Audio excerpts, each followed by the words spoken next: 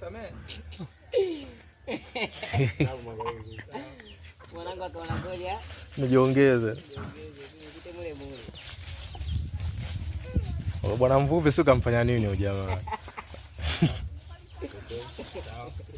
Mwanangu bwana ngwambia usije kwa sababu kuja baadaye. Yes, ndio. Acha. Nakusikiliza. Ndio hivyo. Mkubwa analalamika sana.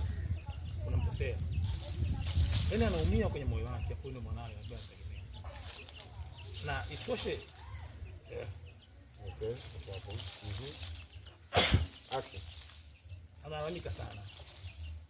Na mbaya zaidi, umuombi hata msamaha. Bwana nibadilika. Hiyo kwambia ndugu yangu bwana Wakoya. Wewe ndugu yangu, wewe mshikaji wangu, asikukubariki noma. Nakuomba ya mambo achana nayo. Moja ya watu ambao nawakubali ni wewe.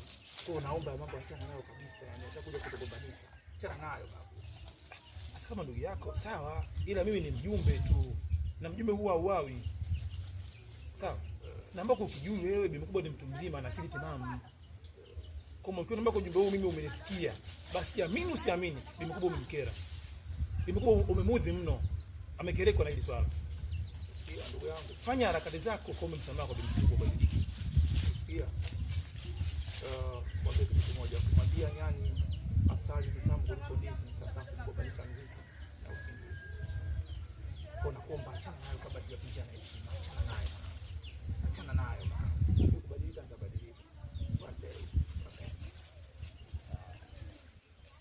Sawa, ila kubwa zito chonde bwana yangu. Badilika na tabia yako. Si nzuri.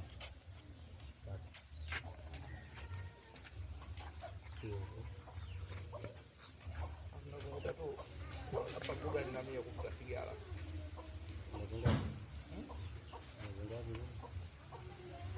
Hebu nyoshe ile ngapi ile ya kwanza. Baba, umesikia ndugu yangu? Kama umepiga zote hizi, kuota moja tutakatifu ya mbali. Ndugu yangu. Sasa lakini umenielewa? Kama nini basi sawa. Tukale pale. Sababu mimi kuna maneno mimi sina hapa. Hata si bla bla kuchanganya kichwa. Sababu tunaonyesha kama wana shoot muda mrefu. Sana hivi wanawakatisha. Sawa basi tukashuti wide ndugu yangu. Samahani lakini.